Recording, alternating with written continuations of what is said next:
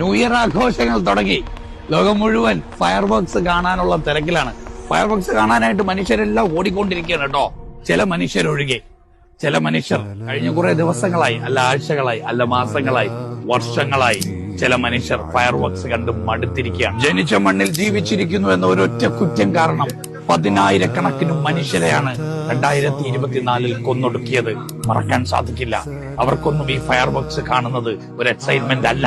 അവർ ഈ fire works കണ്ടു മടുത്തവർ. സ്വന്തം മാതാപിതാക്കളെയും കൂടപ്പിറപ്പിനെയും സ്നേഹിച്ച പെണ്ണിനെയും മക്കളെയും ഒക്കെ ഈ ഫയർ വർക്ക്സ് ജീവൻ കൊണ്ടുപോയപ്പോൾ അവരൊക്കെ ഈ ഫയർ വർക്ക്സ് കണ്ടു മടുത്തു. പുതിയ വർഷത്തിന്റെ ഈ ആഘോഷങ്ങളുടെ തിരക്കിനിടയിൽ ഒരു കാരണവശാലും മറന്നുപോകാത്ത ഒരു മനുഷ്യർ, ഒരു കൂട്ടം മനുഷ്യർ നമ്മുടെ മുന്നിലുണ്ട്. ഫലസ്തീനിലും ഗസയിലും.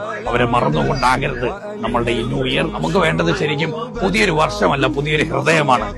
മനുഷ്യനെ മനുഷ്യനായി മനസ്സിലാക്കാൻ പറ്റുന്ന ഒരു പുതിയ ഹൃദയമാണ് ലോകത്തുള്ള എല്ലാ മനുഷ്യർക്കും വേണ്ടത്. സ്നേഹിക്കാനും കൂടെ നിർത്താനും മനുഷ്യനെ മനുഷ്യനായി കരുതാനും കഴിയുന്ന കുറെ മനുഷ്യർ ഉണ്ടാകട്ടെ എന്ന് ആശംസിച്ചുകൊണ്ട് നമുക്ക് 2025 വെൽക്കം ചെയ്യാം.